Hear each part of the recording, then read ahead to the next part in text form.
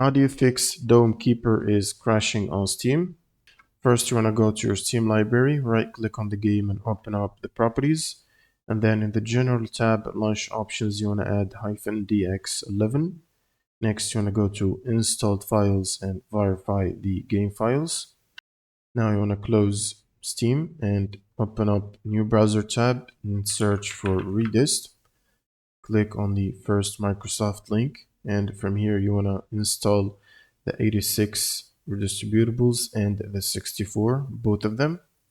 And this will require you to restart your computer after the installation.